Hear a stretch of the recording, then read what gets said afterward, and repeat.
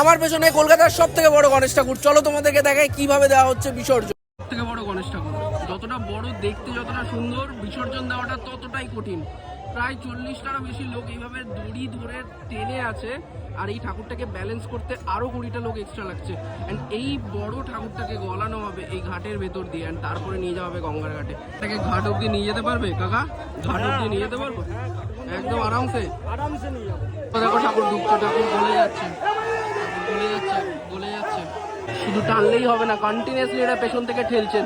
100% কাজ ডান। এখানে ঠাকুর ঢুকে গেছে ঘাটের মধ্যে, কিন্তু এবার আরেকটা টাফ কাজ শুরু, কারণ এটা পুরোটাই সিঁড়ি। ঘাটে এতটা ঢাল থাকা সত্ত্বেও এতগুলো লোক এইভাবে টেনে ধরছে, কিন্তু তবুও টানতে নামাতে আর পারছে না, এতটাই ভারী ঠাকুর, এতটাই মানে স্পিডে নেমে যাচ্ছে যে লোকজনকে টেনে ধরে রাখতে হচ্ছে। দেখুন এনারা টেনে ধরে আছে, তবুও ব্যালেন্স রাখতে পারছেন না। আমি আমার লাইফে এরকম রিস্কিয়েস্ট বিসর্জন একটাও দেখিনি। ঠাকুরের পুরো ওয়েটটা ইনক্লাইন্ড টুয়ার্ডস রিভার, আর বাকি ওয়েটটা ম্যানেজ করছে এখানে এতজন লোক। আস্তে আস্তে লোকে দড়ি ছেড়ে উপর দিকে উঠে আসছে। আরেকটা যে দড়ি ছিল সেটাও পুরোপুরি খুলে নেওয়া হলো। পুরো ঠাকুরটা ব্যালেন্সে দাঁড়িয়ে আছে, জাস্ট ওখানে কয়েকটা লোক ধরে আছে জাস্ট।